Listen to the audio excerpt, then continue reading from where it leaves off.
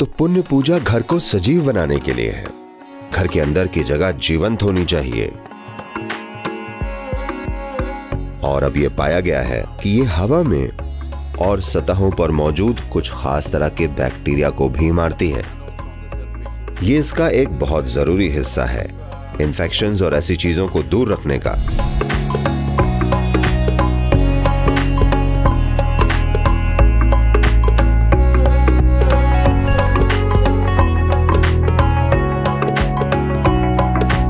भारतीय संस्कृति में जिस कमरे में आप रहते हैं उसकी बनावट और आकार पर पूरा ध्यान दिया जाता है, क्योंकि उस कमरे की बनावट और आकार एक तरह से, अगर वो बहुत हवादार नहीं भी है, जब मैं कहता हूं बहुत हवादार तो उसका मतलब है दोनों तरफ से 2 दीवारें खुली हैं और इसमें लगभग ऐसा महसूस होता है जैसे आप बाहर हैं, तब ये अलग बात है। ज्यादातर घर ऐसे नहीं बने हैं। तो अलग अलग तरह की बनावटें और आकार अलग अलग तरह की ऊर्जा संरचनाएं बनाती हैं। ये ऊर्जा संरचनाएं अगर ये बहुत तीव्र हो जाएं, तो ये आपकी मनोवैज्ञानिक और भावनात्मक स्थिति को तय कर सकती हैं, जो उसमें या तो सहायक हो सकती हैं या एक रुकावट बन सकती हैं, जैसा आप होना चाहें। तो कुछ खास चीजें जैसे कि चंदन, भारत में एक चीज है जिसे सांभरानी कहते हैं, जो कि एक शक्तिशाली चीज है जिसका उपयोग तब भी किया जाता है जब लोग बीमार होते हैं।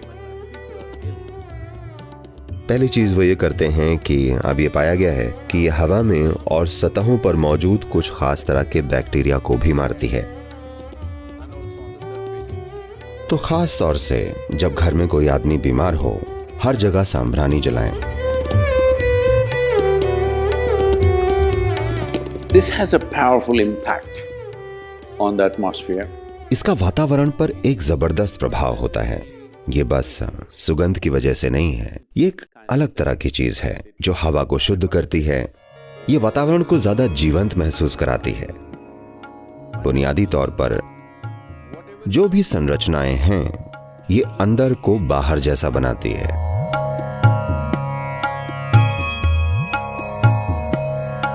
घर में बस हल्की सी सांभरानी आपको अंदर होने के बावजूद भी बाहर जैसा महसूस करवाएगी, क्योंकि ये एक अनिर्मित जगहें हैं।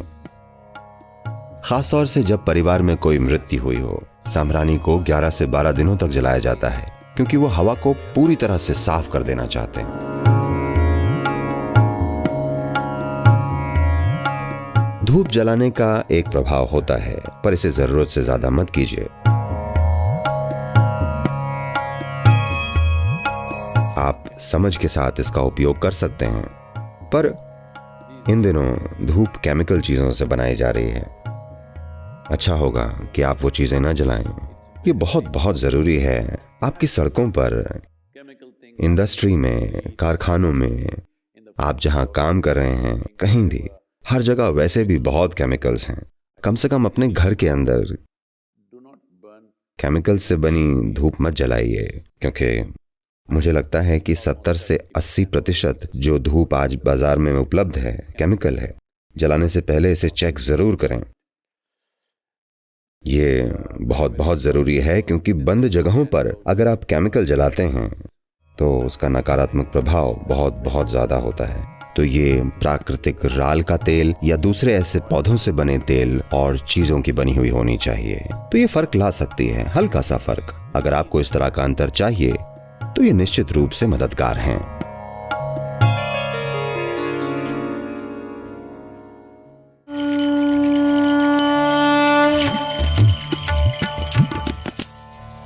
तो आमतौर पर योग संस्कृति में, योग विज्ञान में, हम जीवन को 5 मूलभूत तत्वों के मिश्रण के रूप में देखते हैं: पृथ्वी, अग्नि, जल, वायु और आकाश।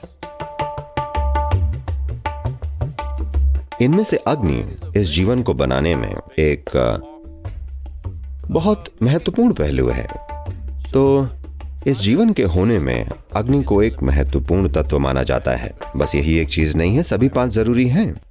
पर जब कुछ चीजों को दूर रखने की बात आती है तो अग्नि हमेशा बहुत महत्वपूर्ण है। तो ये एक उसका हिस्सा है कि अपने जीवन में हर दिन आपको तेल का एक दिया जलाकर उसकी उपस्थिति में कुछ समय तक रहना चाहिए, क्योंकि ये बहुत सारी चीजों को दूर करेगा, ये आपके सिस्टम में बहुत सी चीजों को शुद्ध करेगा। ये एक बहुत जरूरी हिस्सा है इन्फेक्शंस और ऐसी चीजों को दूर रखने का। अगर ये हवा से फैलने वाले हैं, खासकर अगर ये हवा से फैलने वाले हैं, तो आपके आसपास अग्नि का होना मदद करता है।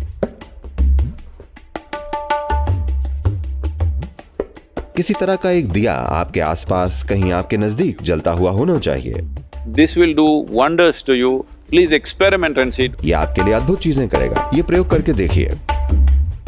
जब आप सोते हैं, अगर आप अपने कमरे में एक सुरक्षित जगह ढूंढें और वहां एक छोटा सा दिया जला दें, आप देखेंगे कि ये आपके लिए बहुत फर्क लाएगा।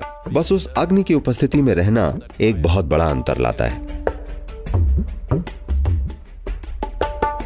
योग विज्ञान इसे साफ तौर पर स्थापित करता है और हम इसे अपने अनुभव से जानते हैं कि दिए के रूप में अग्नि का एक छोटा सा हिस्सा आपके आसपास जलते रहना आप देखेंगे, खास तौर पर जब आप फिजिकली स्वस्थ न हो तो इसका होना बहुत बहुत जरूरी है।